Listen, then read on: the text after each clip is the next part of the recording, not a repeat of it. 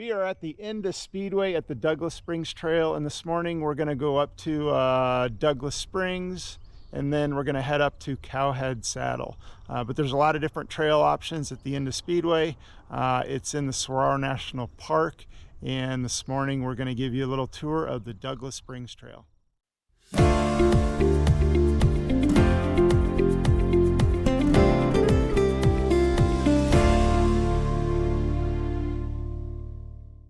Saguaro National Monument was born on the 1st of March, 1933. In the last days of his presidency, Herbert Hoover signed a proclamation establishing Saguaro National Monument in the nearly empty desert 15 miles east of the sleepy town of Tucson. This was a victory for both botanists and boosters in Arizona who worked for years to protect this grandest stand of saguaros. And it was a far-sighted accomplishment that would have incredible benefits for future generations of both Tucsonans and tourists. Homer Shantz, president of the University of Arizona, continued his efforts on behalf of the cactus forest, leading to civilian conservative corps construction of the famous Loop Drive. A visitor center opened in the 1950s, and important scientific research brought a fuller understanding of the saguaro life cycle by 1970. Finally, after setting aside vast areas as wilderness, Congress elevated saguaro to national park status in 1994. The Douglas Springs Trail is located at the end of Speedway on the east side of Tucson at the base of the Rincon Mountains, right next to the Tanque Verde Guest Ranch. And Douglas Springs Trail is one of the most popular hiking running trails in Tucson. It's located in the Saguaro National Monument East. And a lot of people do an out and back on Douglas Springs. There's also a lot of different variety trail options. We went up to Cowhead Saddle, which was 18 miles. If you're going to go to Douglas Springs and back, that's exactly 13 miles. But when you get to the parking lot, there's a lot of parking, but you want to be prepared. There's no water, there's no bathrooms, and especially in the summertime, you want to make sure you have plenty of water, sunscreen, sun protective gear. And in the wintertime, it can get rather cold, so you want to make sure that you're dressed appropriately. But again, it's one of the most popular hiking, running trails in Tucson.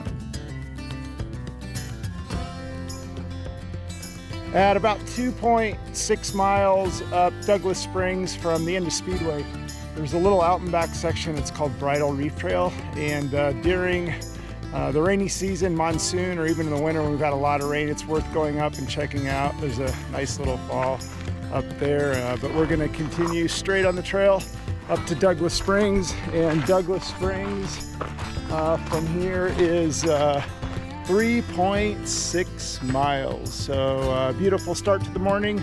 Summer morning, sun's coming up. There's clouds in the sky, so it made for an awesome sunrise. Depending on the time of year, you want to consider water. And in the winter months when it's cold out, you always want to bring water. And there's typically water flowing just because of the snow melt. But during the summer months, typically May through July are our drier times of the year. Yeah, we're doing this in June. We left at 5, and the rivers, the runoff, bone dry. So you want to be prepared with water just because this time of year it gets super hot. In the summertime, you want to get an early start, especially if you're going to go longer to beat the heat. But in the winter, not that big of a deal. You just want to be prepared. And the last thing you want to do, especially in the summer, is run out of water. So just something to think about. We are at Douglas Springs. It's 6.5 exactly, and this is the creek at Douglas Springs. Usually there is water here, and again, June's probably one of our driest months. Monsoon season has yet to hit, but normally if you're camping out at Douglas Springs, if you bring a water filtration system, there is water down here. But again, just depends on the time of year, so do your homework, and whether we've had a lot of rain or not, just be prepared to potentially be bringing your own water. There is an outhouse at Douglas Springs, so if you need to go to the bathroom or if you're camping out, there is an outhouse at Douglas Springs. Something to consider when doing Douglas Springs or any other trail on the Saguaro National Monument, or even Tucson for that matter, depending on the time of the year, is rattlesnakes. They come out usually March when things start to warm up here in Tucson, and they'll hang out through October until we get a hard freeze. But they're really hard to see a lot of times, plus they're totally stretched out, but if they're coiled up, they're kind of hard to see. So you just have to pay attention and be careful. The minute you relax, you look up and there one is. So again, depending on the time of the year, you just want to be careful. That looks like mountain lion poop. And so something to also consider is there are mountain lions out here, although it's a rare sighting.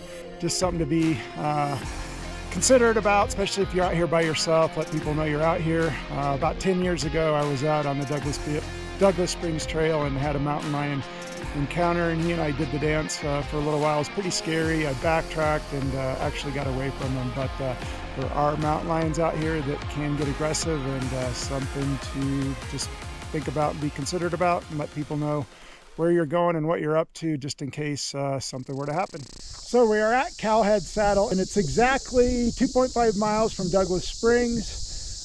If you're somebody that likes using trekking poles, I would recommend them, especially Douglas Springs up. It's pretty steep. I'm getting ready for Western States, and we got 2 weeks to go between now and Western States. And I don't have my poles just because they don't allow poles at Western States. And directly behind me is the trail up to Manning Camp, which is about 4.5 miles from Cowhead Saddle. And that noise you hear in the background, if you're not from Arizona in the desert, in the summertime, these are what are called cicadas, and they can certainly drum up some noise. Holy shit, dude, you almost got bit. I got him right here. We had a close call with an Arizona black rattlesnake, and Mimi almost stepped on it and got bit. Luckily, she did not. And over the years, I've run into a lot of rattlesnakes and never seen an Arizona black rattlesnake. And after doing some research, they live in the higher elevations. And we were at about 5,000 feet when we ran into the Arizona black rattlesnake. Just got done. Took a little over 5 hours. It's exactly 18 miles to Cowhead Saddle. We got a little bit later start here in the summer. Typically during the summer, I like to get an early start around 4 o'clock, 4:30. Start with lights on to beat the heat. It's approaching probably 100 degrees right now, but we specifically left a little bit later because we're wanting some heat training for the Western States 100. But again, if you're doing this in the summer, I would definitely suggest getting an early start. And I consume pretty much all my water. I've got 2 liter in the back, and then I've got my handhelds in the front. But as I started to finish up, took my last sip of water. So make sure you're prepared when it comes to your hydration and water. And again, it all depends on the time of year. For all you backpackers out there that are going to want to do a hiking backpack overnight adventure, there are 5 different campgrounds within Saguaro National Park East in the Rincon Mountains. And the majority of the campgrounds do have bathrooms. Your biggest issue is going to be water, so make sure you bring a filtration system.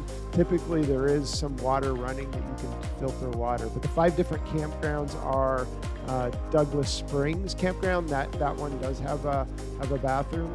And then you've got Manning Camp. Manning Camp is the highest of all the campgrounds at about 8,000 feet. Manning Camp also has a bathroom as well. Then you've got Spud Rock Campground. You have Happy Valley Campground, and then Grass Shack Campground as well that also has a bathroom.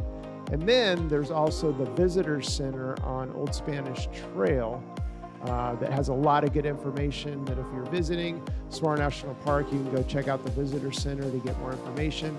And that also gives you access into the 8-mile loop. A lot of tourists do drive that loop just to kind of sightsee, check out all the desert vegetation, the saguaros, and you have to pay to get into drive the park. But again, if you're doing an overnight stay, your biggest issue is going to be water. So bring a filtration system, and none of these campgrounds have car access. All of them require getting there on foot.